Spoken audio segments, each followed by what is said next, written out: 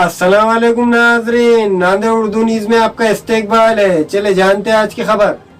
नांदेड़ जिला कलेक्टर ने आज अहकाम जारी किए, कल से मजीद और सहूलत।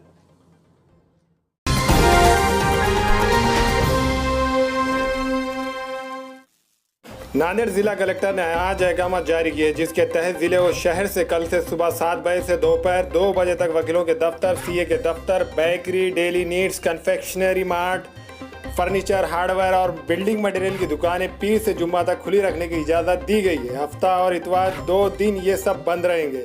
याद रहे कि जिला कलेक्टर ने पीर ता जुमा सुबह 7 बजे तक दोपहर 2 बजे तक automobile, electronic, electrical, tyre, battery, रस्सी, स्टेशनरी, घड़ी की दुकानें, किताबों की दुकानें, steel traders, building material, cycle store की दुकानें खुली रहेंगी, जबकि दवाखाने, दवा की दुकानें हफ्ते भर 24 घंटे खुली रहेंगी।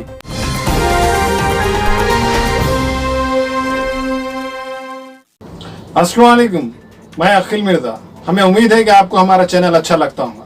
लेटेस्ट न्यूज के लिए देखते रहिए नांदेड़ उर्दू न्यूज, और न्यूज के पसंद आने पर लाइक, शेयर और सब्सक्राइब करना ना भूलें।